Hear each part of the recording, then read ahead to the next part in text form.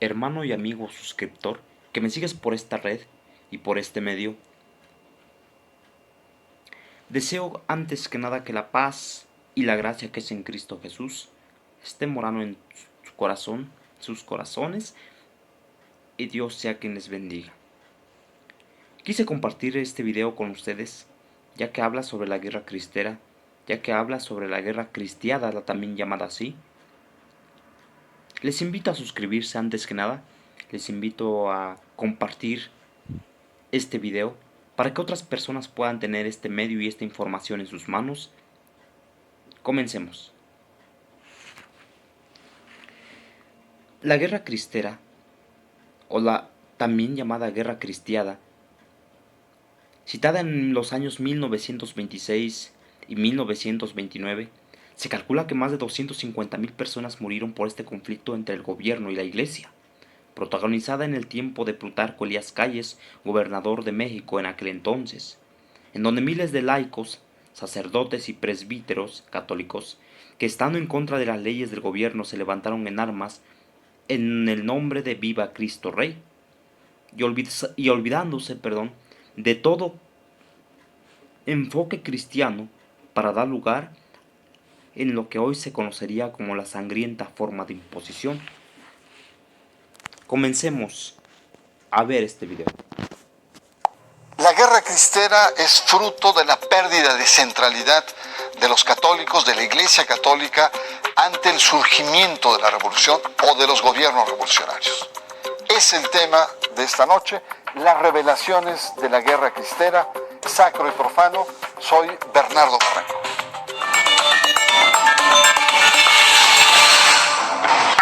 La guerra cristera fue cruenta y en extremo violenta. Se calcula que más de 250,000 personas fallecieron en este conflicto armado entre el gobierno y la iglesia.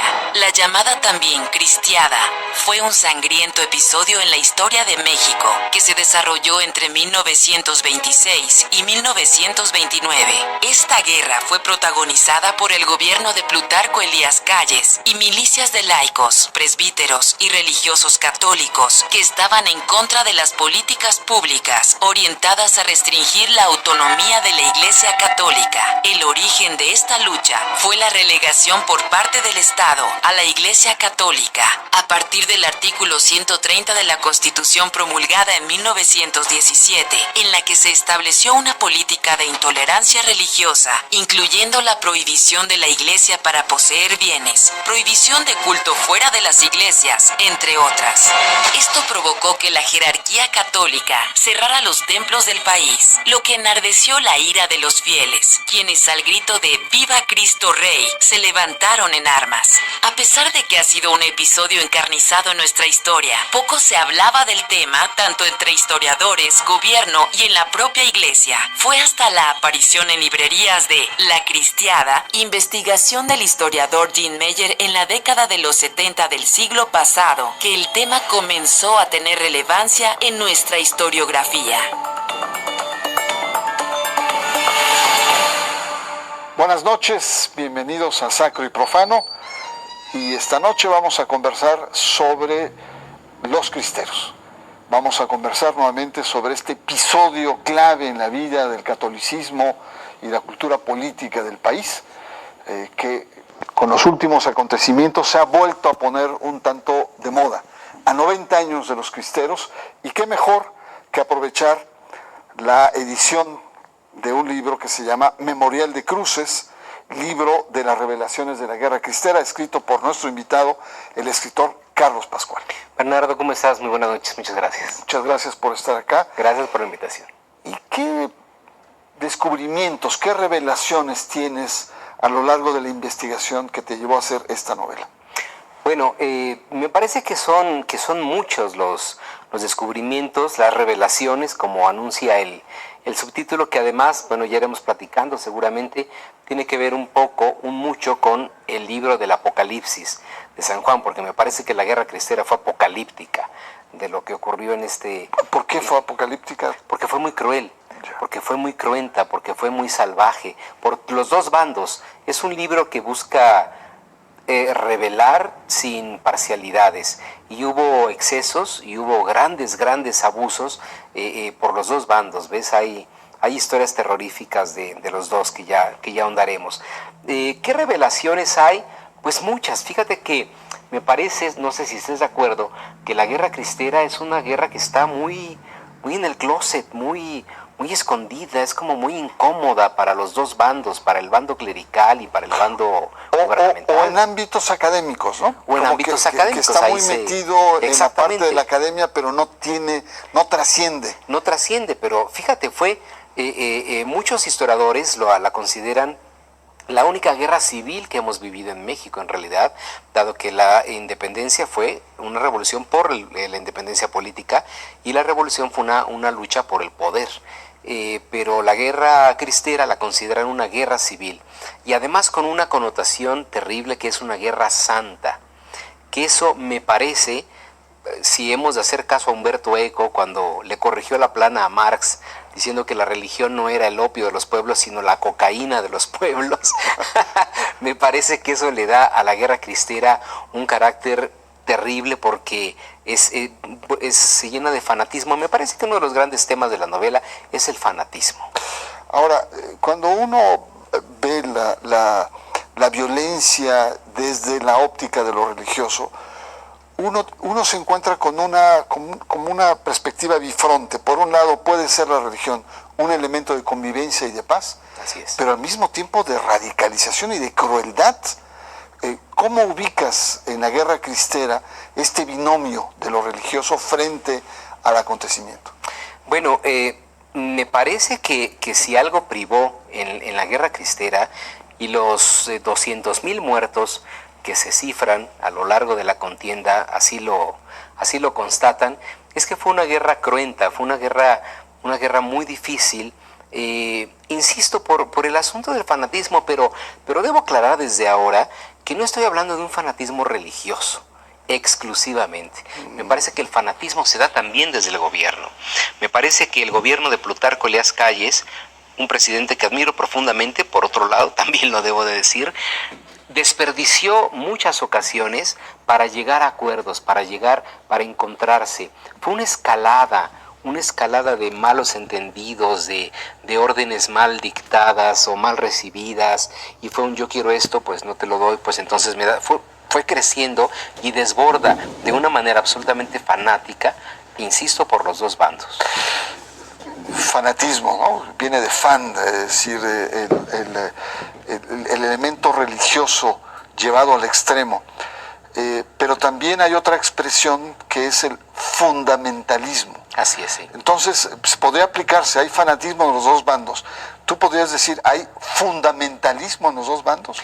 Uno laico, radical, antirreligioso, anticlerical, y el otro absolutamente... Sin duda alguna, mira, el fundamentalismo gubernamental me parece que se da en esta necedad del gobierno de Plutarco Elías Calles por crear una identidad nacional con base en la Revolución Mexicana, y con esta pretensión muy absurda, finalmente, de controlar las conciencias de los mexicanos. Plutarco Elías Calles, una vez que termina la primera guerra cristera, porque hay dos, lanza lo que se llama el Grito de Guadalajara, en donde dice: las conciencias de los jóvenes nos pertenecen, las conciencias de la juventud mexicana le pertenecen a la revolución. No puede haber nada más falso que eso. Y lo mismo la Iglesia Católica. La Iglesia Católica dice: las almas de nuestro rebaño nos pertenecen y nosotros somos los encargados de guiarlas.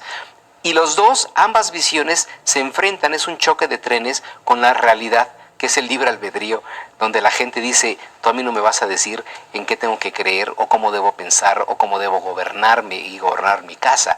Y ahí me parece que es donde estos fundamentalismos chocan. Pues fascinante, no sé qué piense nuestro auditorio, pero este choque de trenes, este fanatismo, estas posturas irreconciliables, estas intransigencias, ¿no estaremos hablando también de algunos elementos de nuestra realidad actual, con todas las manifestaciones, los debates? Vamos a seguir, está usted en Sacro y Profano. Nuestro tema son los cristeros en torno a este libro, Memorial de Cruces, de nuestro autor invitado, Carlos Pascual. Regresamos en un momento.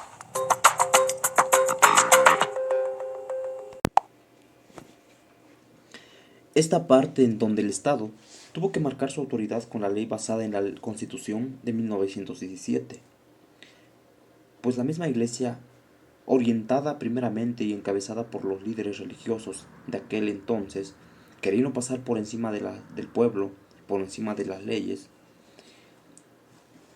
se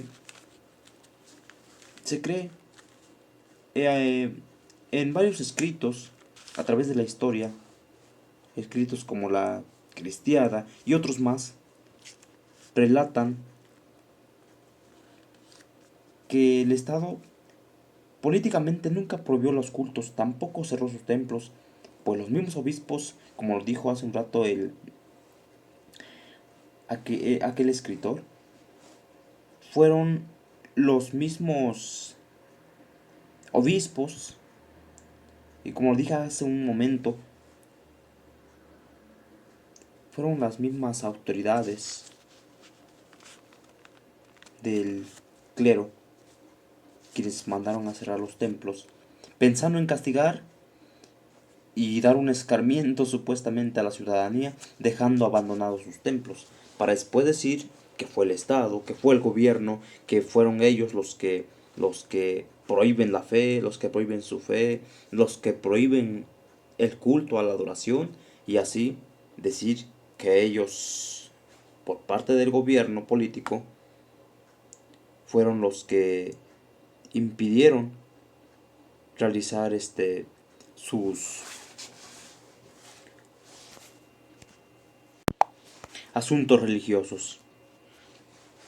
Por otra parte, las frases que la iglesia o el movimiento religioso usaron fueron, como lo comentó hace un rato aquel escritor, las almas de nuestro rebaño nos pertenecen y nosotros somos los encargados de guiarlos. Por otra parte, el gobierno también usó estas frases donde decía: las conciencias de la juventud mexicana le pertenecen a la revolución. Y aunque por ambos lados, como podemos escuchar, que tuvieron mucho que ver en las conciencias de los ciudadanos, ambas ideas eran originadas por el fanatismo.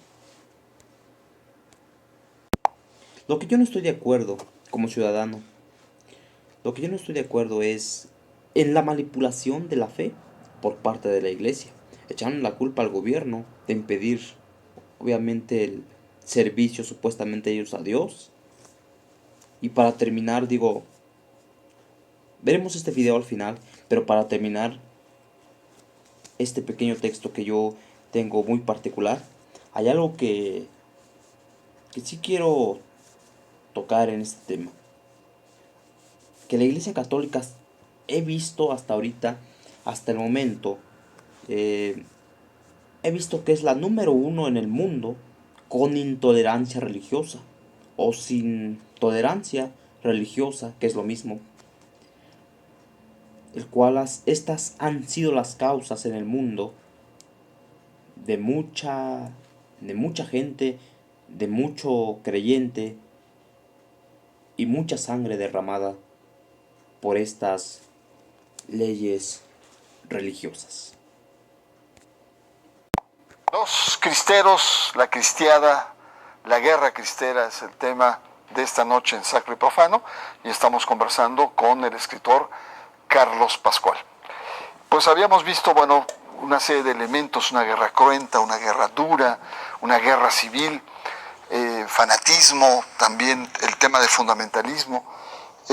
Cuéntanos, en las versiones, pareciera ser que hay como varias guerras cristeras, ¿no? Hay desde aquellos que son exaltados con los personajes cristeros, incluso beatificados algunos de ellos. Beatificados, ¿no? Sí, figúrate. Y otras, una guerra dura, como fue en la historiografía más secular. ¿Cuántas versiones has encontrado en tu investigación? ¿Cuántas cristiadas hubo en este país? Pues mira, son múltiples las lecturas, naturalmente, porque depende de la región.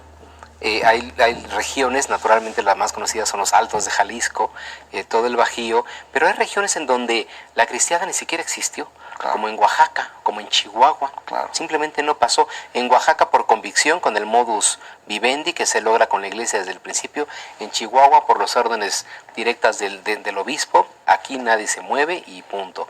Y naturalmente las partes mucho más fuertes, pero hubo cristiada en Veracruz, hubo cristiada en Morelos, en fin. Yo lo resumiría en dos maneras. O vienes muy a favor de los cristeros, del movimiento religioso, o vienes muy a favor del gobierno. Pero ¿qué es lo que pasa? Hay una gran tradición de novela cristera que se mete un poquito a la tradición de la novelística de la Revolución Mexicana. Son novelas que se escribieron muy reciente el conflicto, ¿ves? De los viejos cristeros que escribieron sus memorias, sus historias, de la gente que vivió ese proceso.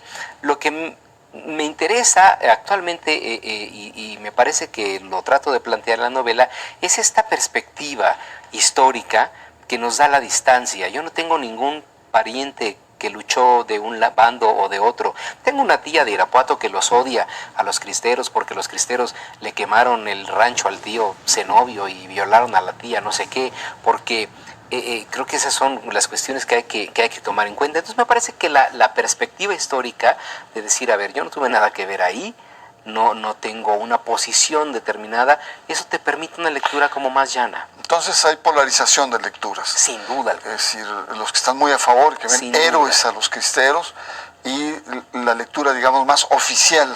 Exactamente.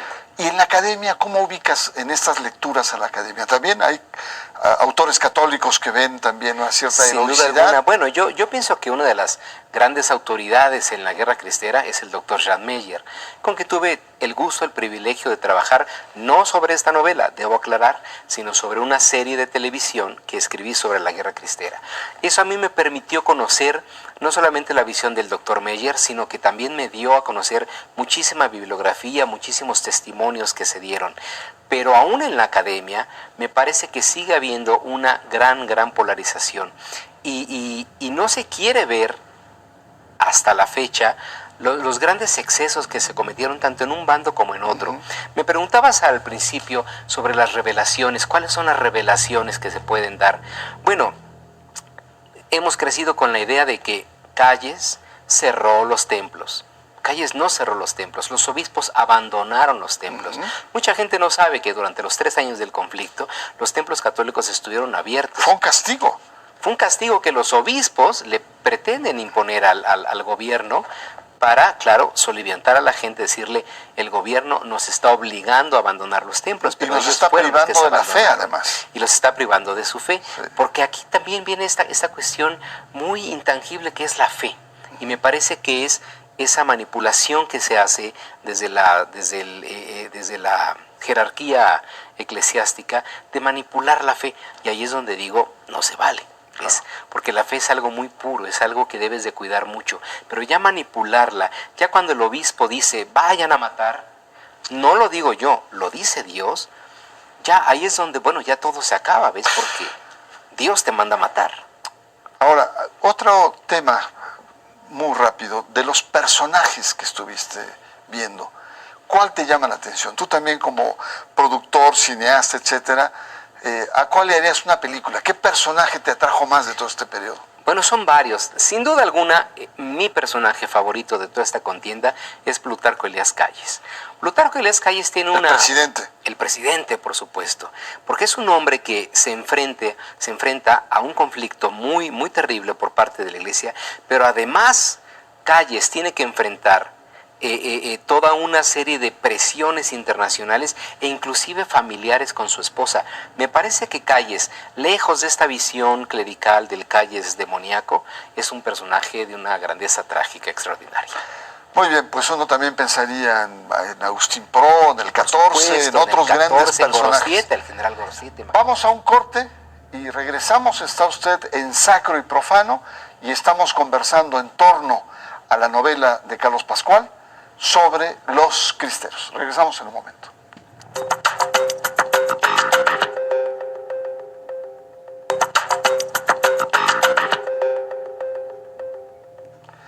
Sacro y Profano, los cristeros, esta noche aquí en Canal 11, Por supuesto que es un tema muy apasionante, estamos en los años 20, pero hay ciertos reflejos con la actualidad, hay ciertos aspectos que ameritan espejear lo que estamos viviendo, sobre todo en los últimos meses, con las grandes manifestaciones. Pero antes me gustaría preguntarte, Carlos, ¿hay una tendencia a esta especie como de martirologio, ¿no? De sentirse mártires? Probablemente estos cristianos en los Leones marca mucho estos elementos fundantes. En los cristeros también, sobre todo cuando fueron beatificados hace más de 10 años, este elemento de martirio. Pues mira, los estados para validarse necesitan héroes, y en México tenemos un gran panteón de héroes. Las iglesias necesitan santos y mártires.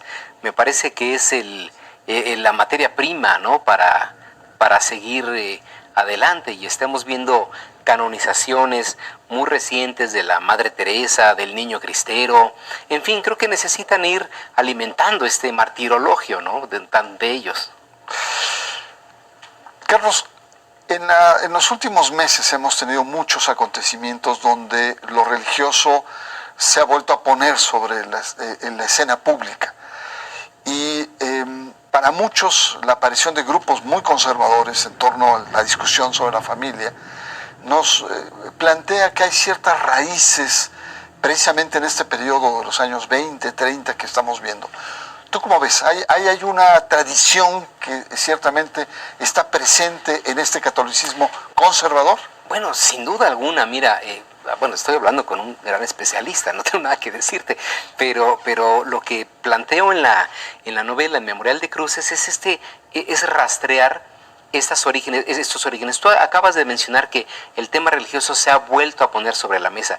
Me parece que el tema religioso siempre ha estado. Me parece que el gran tema de México es el tema de la religión, desde los sentimientos de la nación de don José María Morelos, donde nos dijo la única religión sin tolerancia de otras es la religión católica, hasta las marchas de los meses pasados. Me parece que ahí ha estado latente, patente. En 1830 y tantos hubo una guerra religiosa en Puebla, en 1870 y tantos se dio el movimiento religionero. La guerra cristera es resultado de unas fricciones y unas tensiones a partir de la subida de Madero, y sobre todo con la llegada de Carranza al poder y la Constitución del 17. Después de la primera guerra cristera hubo una segunda guerra cristera que reclamaba, o su gesta era sobre la educación sexual, que propuso Narciso Bassols. En el 62 en Monterrey hubo un lío espantoso por los libros de texto, y ahora volvemos a lo mismo. Me parece que los actores de estas contiendas religiosas son los mismos. Ahí están, siguen vigentes, siguen patentes. Simplemente a mí me gustaría agregar que a mí ni siquiera ni me extraña ni me preocupa las posturas de la iglesia o de la derecha radical. A mí el que me preocupa es el Estado.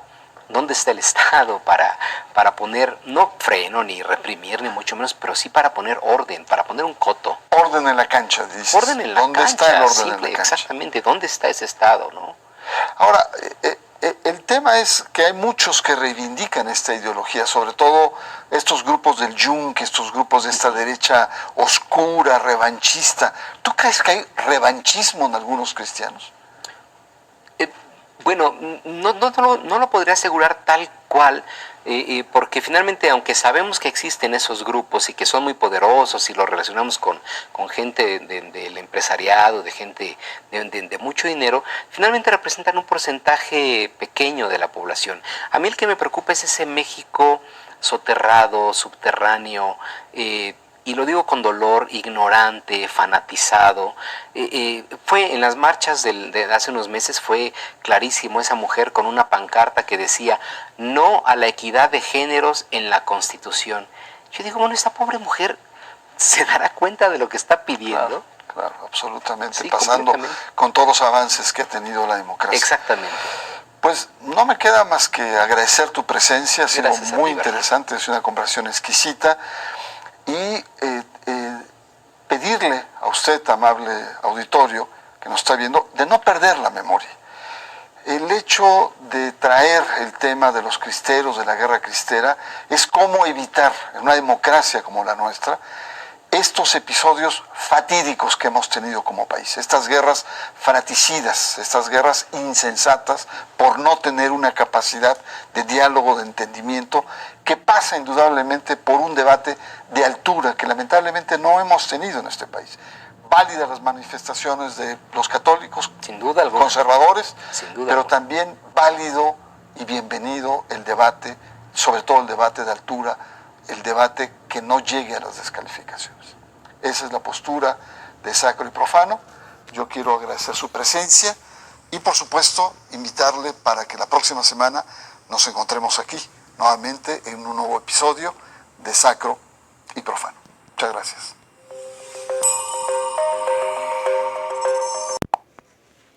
Sigamos aprendiendo juntos. Me despido de ustedes deseando que tengan un excelente día. Que Dios les bendiga y que la paz de Dios siga morando en cada uno de sus corazones.